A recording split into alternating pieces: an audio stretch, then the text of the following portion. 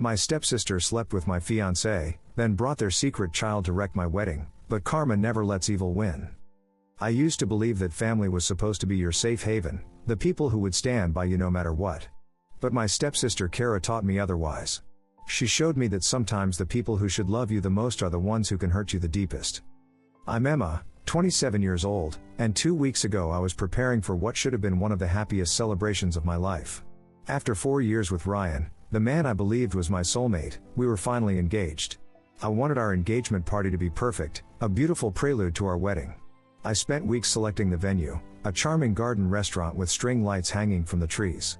I arranged for a live band, carefully crafted a menu that would satisfy everyone's tastes, and created centerpieces with my own hands. "Everything looks amazing, Emma," my best friend Melissa whispered as she helped me adjust the flower arrangements. "Ryan is so lucky to have you." I smiled, surveying the venue with pride. The tables were draped in ivory linen, adorned with blush roses and eucalyptus leaves. Crystal glasses sparkled under the warm glow of string lights. It was exactly how I had envisioned it. "Do you think Cara is really not coming?" Melissa asked, her voice cautious. I shrugged, trying to appear unbothered. She said she had other plans. It's not surprising. Cara and I had never been close. Ever since our parents married when I was 15 and she was 20, she'd harbored some inexplicable resentment toward me.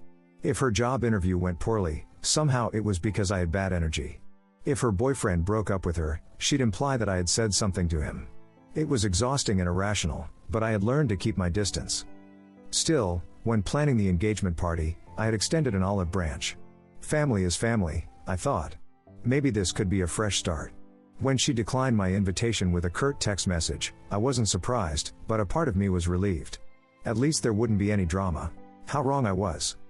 The evening started wonderfully. Ryan looked handsome in his navy suit, his eyes crinkling at the corners when he smiled at me. Our friends and family mingled, glasses of champagne in hand, sharing stories and laughter. My parents beamed with pride, and even my usually stoic father couldn't hide his joy. 2 hours into the celebration, just as Ryan and I were preparing to make our thank you speech, the double doors to the venue burst open. There stood Cara, her face contorted with a mixture of rage and triumph. More shocking than her unexpected appearance was what, or rather who, she was holding. A small boy, about 5 years old, was perched on her hip, looking confused and slightly frightened. "That's my nephew," I whispered to Ryan, confused about why she would bring him to an event she had declined to attend. The room fell silent as Cara marched toward the center of the space. I tried to intercept her, pasting on a smile. "Cara, I thought you couldn't make it," I said, reaching out to touch her arm.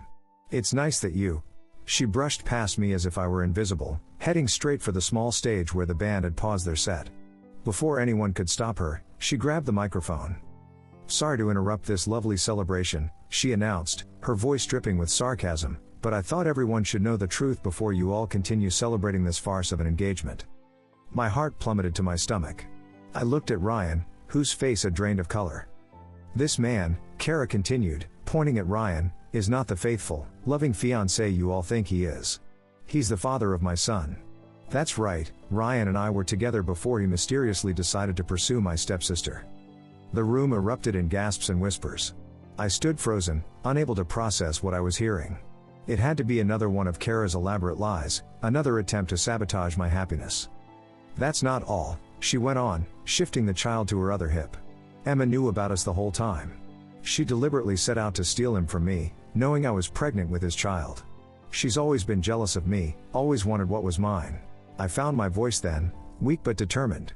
"That's not true. None of that is true." Cara reached into her purse and pulled out a folded document. "I have proof. This is a paternity test confirming that Ryan is Tommy's father.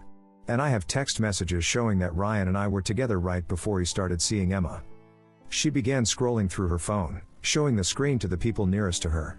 Some of them looked at me with confusion, others with judgment. I spotted my mother's face in the crowd, her expression a mixture of shock and disappointment.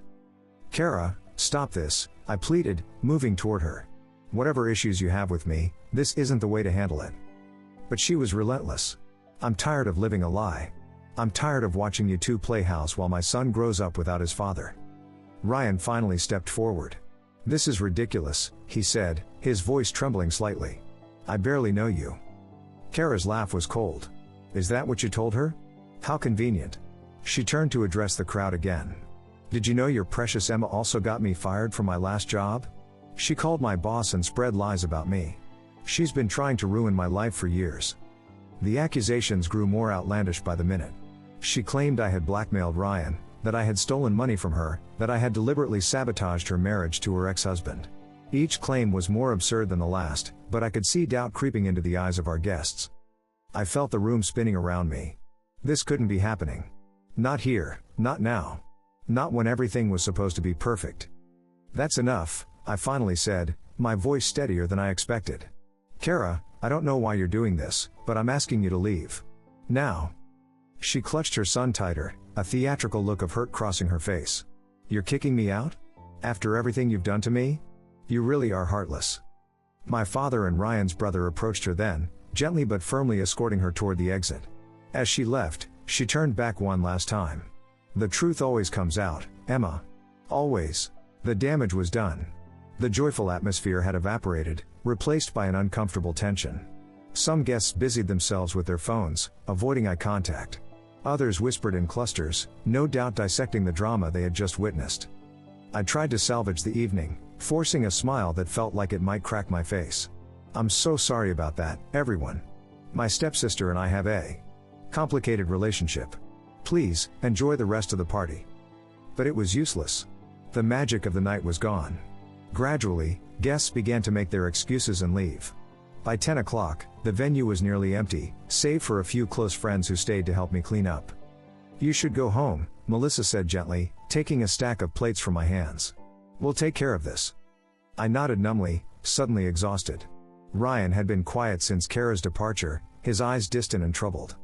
I'll call you tomorrow, he said, kissing my cheek before getting into a separate cab. I didn't argue. I needed space to process what had happened, and I suspected he did too. The moment I stepped into our apartment, the weight of the evening crashed down on me. I sank onto the couch, still in my party dress, and finally let the tears come. Could there be any truth to what Cara had said? Ryan had never mentioned knowing her before I introduced them. But the paternity test she'd waved around looked official, and the conviction in her voice had been chilling.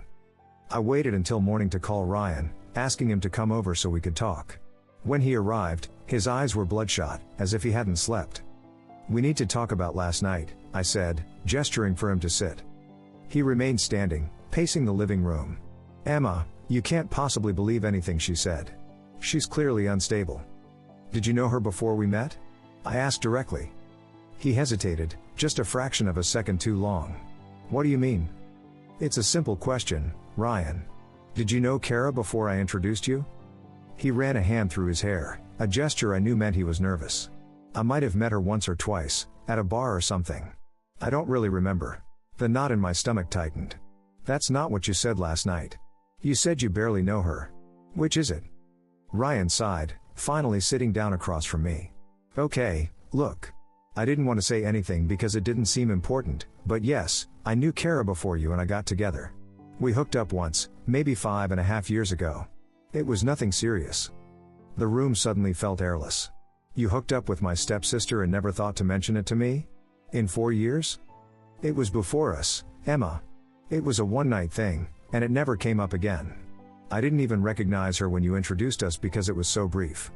And the child? I asked, my voice barely above a whisper. His face hardened. That's impossible. We used protection. Besides, she was married at the time. She never told me that, by the way. If she had a kid, it has to be her ex-husband's.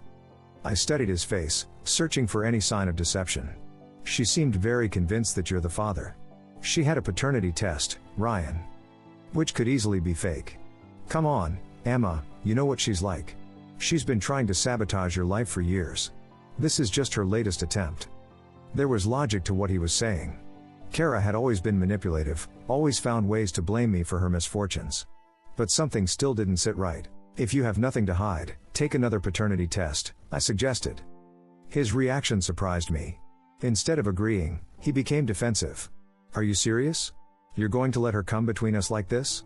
I'm not taking a test just because your crazy stepsister made a scene at our engagement party. This isn't about her anymore. It's about us, about trust. I need to know the truth. The truth is that I love you, and I want to marry you. Isn't that enough? It wasn't. Not anymore. I spent that night in our guest bedroom, tossing and turning as questions swirled in my mind. By morning, I had made a decision. I needed answers, and if Ryan wouldn't provide them, I would find them myself. I picked up my phone and scrolled through my contacts until I found the number I was looking for, Matt, Cara's ex-husband. We weren't close, but we had each other's numbers from family gatherings during their marriage. It was early, but I couldn't wait any longer. He answered on the third ring, his voice groggy.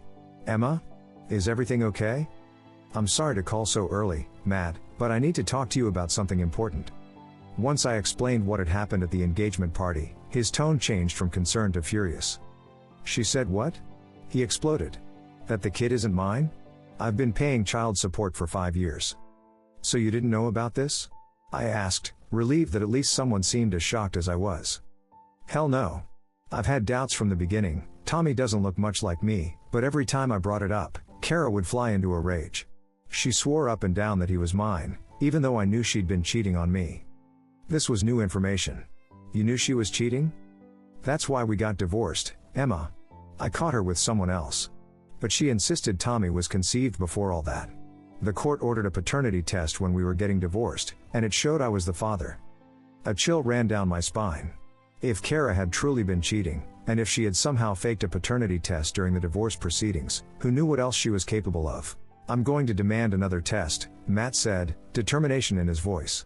I'm not paying another cent of child support if that kid isn't mine. After hanging up with Matt, I spent the day researching paternity testing, trying to understand how it worked and whether results could be falsified. The more I read, the more confused I became. I needed clarity. Meanwhile, Ryan continued to resist getting tested. Each time I brought it up, he became more agitated, more defensive. It was as if a wall had formed between us, built of secrets and suspicion. Why can't you just trust me? He demanded during one particularly heated argument. After everything we've been through, after 4 years together, doesn't that count for anything? Trust works both ways, I countered. If you have nothing to hide, proving it should be easy. A week passed, tense and uncomfortable. Then Matt called me with news. I got the test done, he said, his voice a mixture of vindication and anger. The results came back today. I'm not Tommy's father.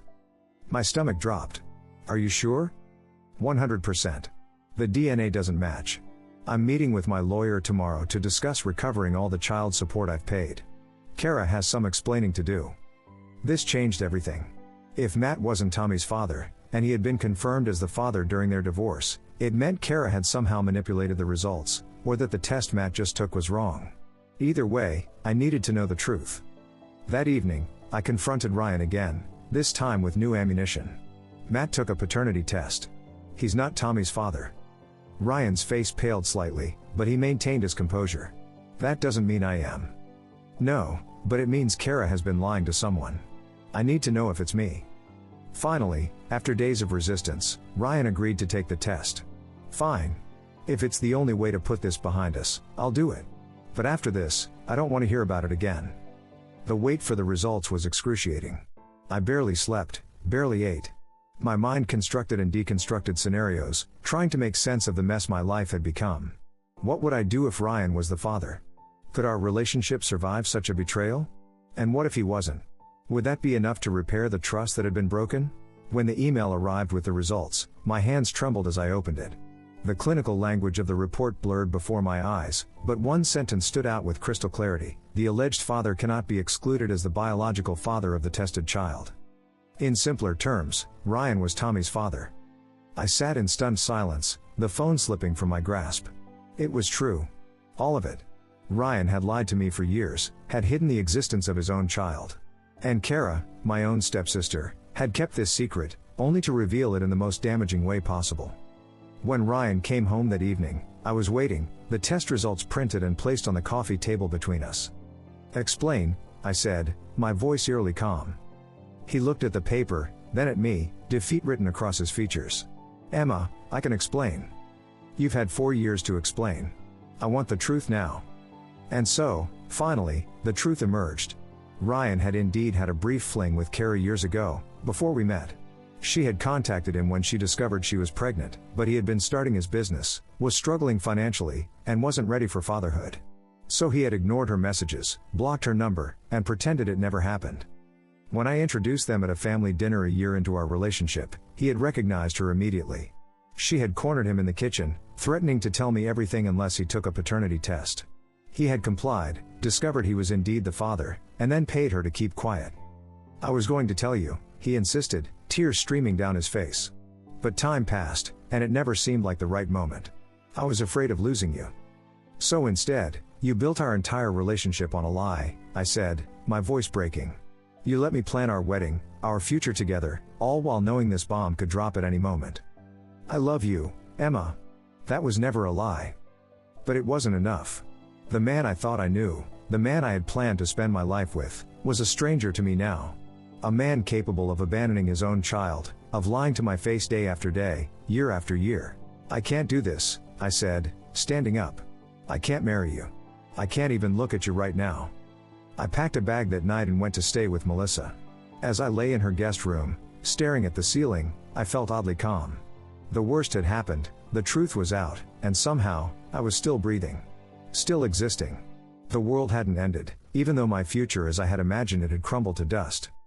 The weeks that followed were a blur of practical matters, canceling wedding vendors, returning gifts, explaining to friends and family why the engagement was off. Some understood immediately, others pressed for details I wasn't ready to share. Meanwhile, Cara's world was imploding in spectacular fashion. Matt's lawyer was aggressive, demanding repayment of all child support based on fraudulent claims. But that was just the beginning. During the legal proceedings, an even more shocking revelation came to light. Cara had been collecting child support from not just one, but two men who both believed they were Tommy's father. The second man, a colleague from her workplace named James, had been more involved in Tommy's life and had formed a genuine bond with the child, despite also being deceived about paternity. When James learned the truth, that Cara had been manipulating him for years, extracting money while simultaneously collecting from Matt, he joined the lawsuit against her. More disturbingly, he also petitioned for custody of Tommy, arguing that he had been the child's primary father figure throughout his life. The court was unsympathetic to Cara's explanations. She was charged with fraud, ordered to repay both men, and required to complete community service. Most significantly, the judge granted temporary custody of Tommy to my mother and stepfather while evaluating James's custody petition. Cara was apoplectic. She bombarded me with text messages, voicemails, and social media posts, blaming me for the collapse of her carefully constructed house of cards. You ruined everything, Emma. You couldn't stand to see me happy, could you? Now my son is being taken away because of you. I'll never forgive you for this. Never. All I needed was child support to take care of my son, and you had to stick your nose in where it doesn't belong. I blocked her on every platform, but the damage was already done.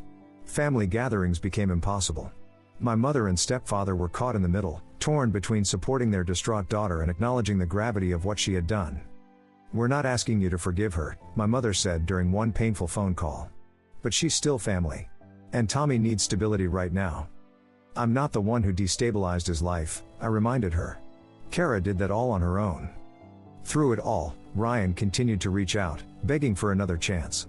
We agreed to try couples counseling, not because I believed we could salvage our relationship, but because I needed closure, needed to understand how someone I trusted so completely could betray me so profoundly. During our sessions, Ryan revealed more about his thought process over the years. How he had convinced himself that staying silent was protecting me. How he had justified his absence from Tommy's life by telling himself the child was better off without him. How he had lived in constant fear that the truth would emerge and destroy everything. I was a coward, he admitted during one particularly raw session. I knew what the right thing to do was, and I chose the easy path instead. I appreciated his honesty, but it wasn't enough to rebuild what we had lost. Especially when, 6 months after our engagement party, Cara made one final attempt to disrupt my life. She showed up at my apartment unannounced, pushing past me when I opened the door. Ryan was there, collecting the last of his belongings. You knew all along, didn't you? She screamed at him, ignoring me completely. You knew he was your son and you just pretended I was crazy. Ryan stood frozen, unable to defend himself. Say something, I demanded, but he remained silent, his guilt written plainly across his face. After Cara left, I confronted him one last time. And finally, the full truth emerged. He had known about Tommy from the beginning. Cara had shown him the positive pregnancy test weeks after their encounter, and he had chosen to disappear from her life. Years later, when we became serious, he had recognized the danger of having Cara as a connection to his past. But instead of being honest with me, he had continued the deception, believing he could outrun the consequences of his actions. That was the end for us. I couldn't build a life with someone who had lied so effortlessly, for so long. I returned his ring and asked him to leave my apartment, and my life, for good. It's been a year since that fateful engagement party, and my life looks nothing like I had planned. I've moved to a new city, started a new job, and gradually rebuilt the pieces of myself that were shattered by betrayal. As for the others in this saga, their stories continue without me. Ryan, from what I've heard, has tentatively begun forming a relationship with Tommy, who now lives permanently with James. The court ultimately decided that James's consistent presence in the child's life outweighed the biological connection to Ryan, but granted Ryan visitation rights.